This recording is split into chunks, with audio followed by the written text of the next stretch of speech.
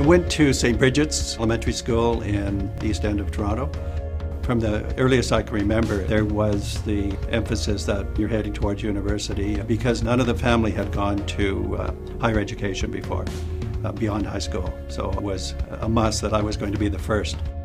I started to teach at OISE, which was 1968.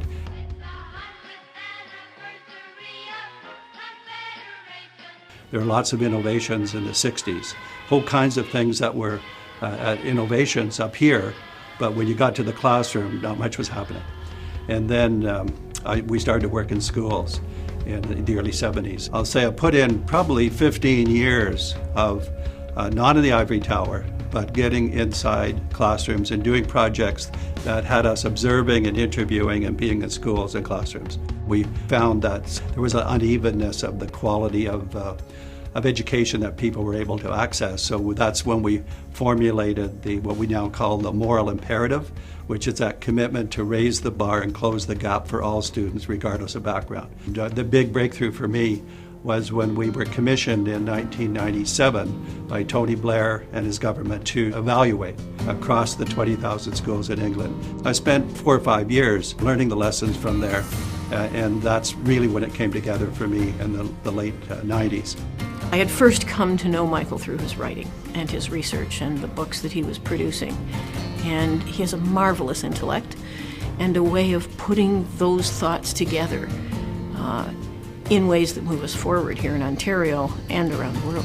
He's encouraged us to involve the total system, to take a look at how we build a collaborative environment so that we all are understanding what that means and how we can make a difference, and that no student should fall between the cracks. One of the most interesting things about our journey is that we wanted whole system change.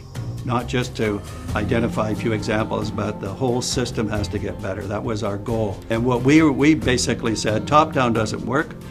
Leaving it to the individual school doesn't work, even if you support them. So what's in between? What's in between is pulling out what is being learned and making it available to the system laterally. So we identified 120 schools that were on the move in the sense they had demonstrated success. We got at the causal pathways that produced those results.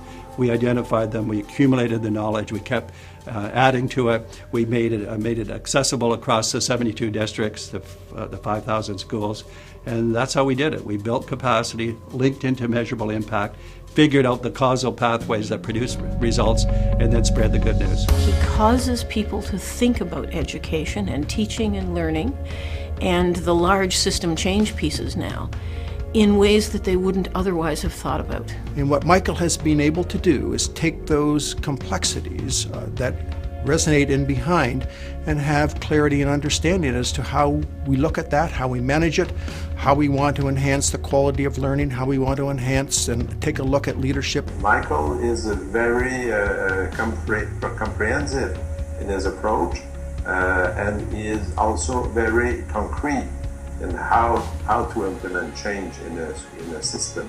He's an amazing intellect, a very effective communicator, a prolific writer.